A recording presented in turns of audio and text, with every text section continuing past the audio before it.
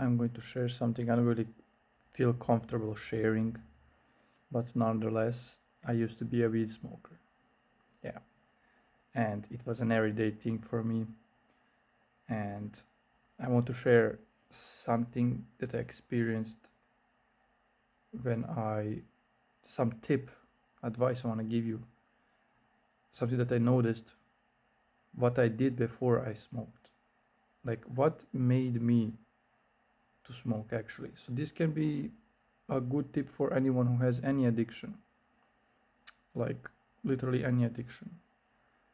It can be even for your ex. You may be thinking about your ex all the time and you have some feelings still, or some relationship problems. And it can be anything, it doesn't have to be substance. But nonetheless, I noticed that every time I want to smoke, this can be also applied for cigarettes. This is why you smoke cigarettes, trust me.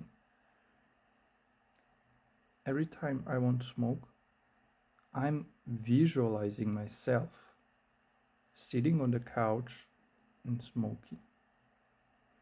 Now, when I caught myself, I really only once caught myself doing this. And then, after a while, after I stopped and everything, I thought about this. And I was like, man, it really is true. The only reason why you are doing something, whether it's a good thing or a bad thing, you first have to imagine it.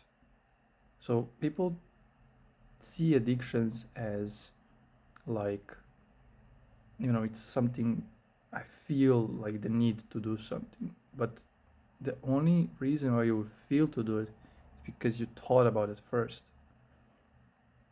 Now I know a lot of you will think to yourself that these things become kind of automatic, right? You just grab a cigarette, you just like, but let me tell you something.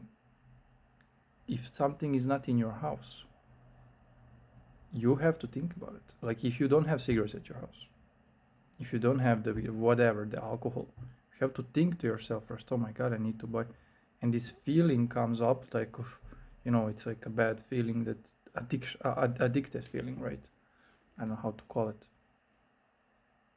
But first, the only reason you felt something is because it's just like for the relationships as well.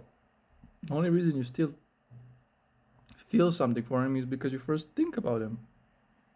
So the real way to relapse, like to release something, is you don't need no psychologist. I didn't went to any psychologist. I know a lot of people did actually thought about them, that there's such a bad addiction for them that they just have to, they think to themselves, I need some help, need to see some psychiatrist, right? But you don't need anything. You literally just need to realize that you need to get your mind off of that. And how you do that is by distracting yourself with the good stuff, of course. You don't want to replace a bad habit with another bad habit, right? You want to replace a bad habit with a good one. And a bad thought, I made a video before this one, a bad thought with a good thought. And of course, it needs to uh, translate itself into action. So you cannot just think about something and then think it's gonna be cool, right? You have to, the same reason why you took that cigarette or you took that something that you're addicted to is because you thought about it, but then you took action. So the same way you have to replace the thought and the action. So you have to do some action. So yeah, I just thought it's really interesting that how people like end up in hospitals and stuff because they're addicted to something and they really cannot. And I know it's like an addiction. It's not the same like weed. Like I wasn't really an alcoholic. I was drinking and stuff, but I wasn't really that much into it. I really was never into it.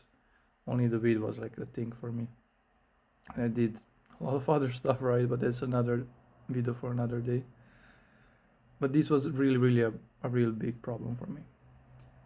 And I realized that the only reason why, is because I'm imagining it.